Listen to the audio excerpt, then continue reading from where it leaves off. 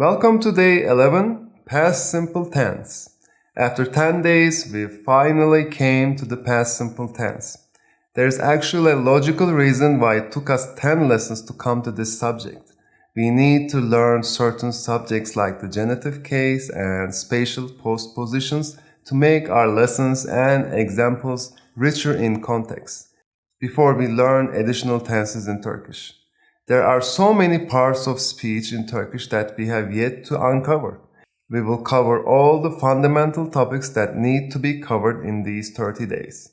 You should now have understood the basic principles of verb conjugation with the earlier present simple and present continuous tenses in Turkish. The rules are going to be always similar and logical. I believe you should have seen the similarity by now. Don't forget to download the cheat sheet for the lesson by visiting the link in the description below. Be a supporter member and do the exercises for this lesson. The link is also in the video description below. Also, learn more about being a supporter by visiting the link also in the video description below. As always, I'll be waiting for your sentences after you're done with this lesson. Let me know what you did yesterday with the past simple tense. Try to mix things up and make rich sentences. Now, let's get started. As you know, we use the past simple tense to talk about actions someone did or witnessed in the past. Making past simple sentences in Turkish is pretty simple. We add the di, the, do, or ti, to the end of the root of the verb in addition to the personal suffix which is added right after the past tense suffix.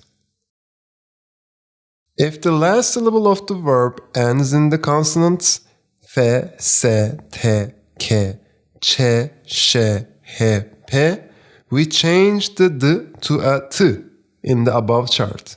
A nice way to memorize this rule is remembering the phrases fıstıkçı Şahap or çift Haseki Paşa.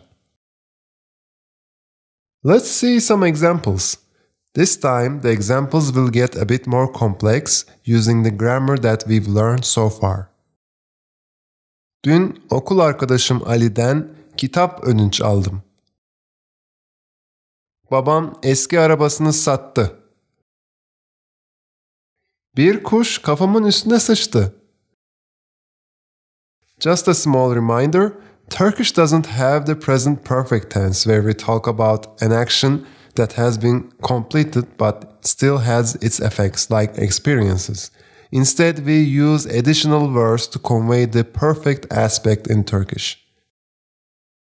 Bu kitabı daha önce okudum. Amerika'ya önceden gittim. Making negative past simple sentences is similar to making a negative sentence in any Turkish tense.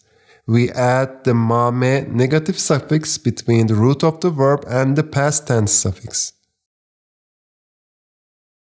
Here are some examples.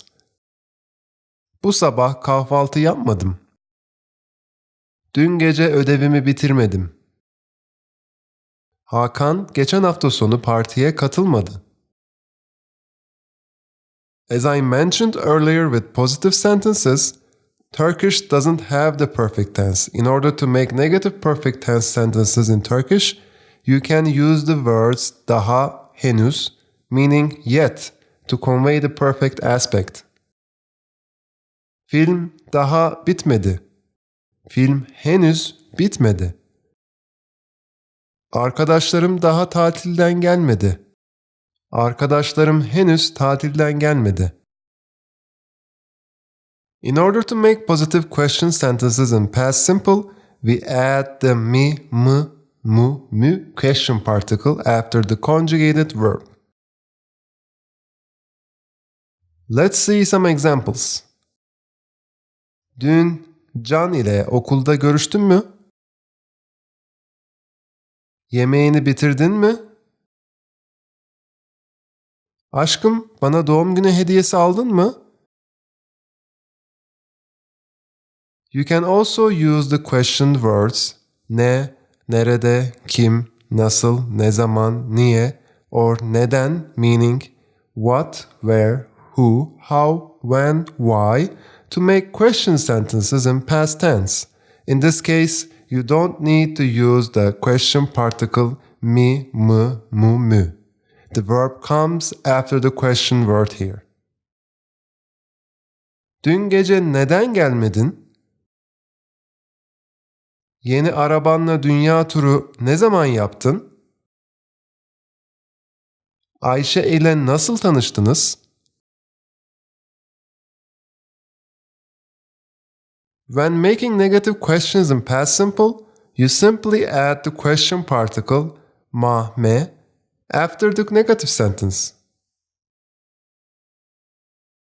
O kitabı okumadın mı? O kitabı henüz okumadın mı? Ofise daha gelmedin mi? Ayşe daha eve dönmedi mi? The negative question for past simple will be more functional if you include the perfect aspect words that we've learned. Even though you can still make them without these words, the negative question sentences in past simple in Turkish are usually literally translated into English negative present perfect tense questions a lot.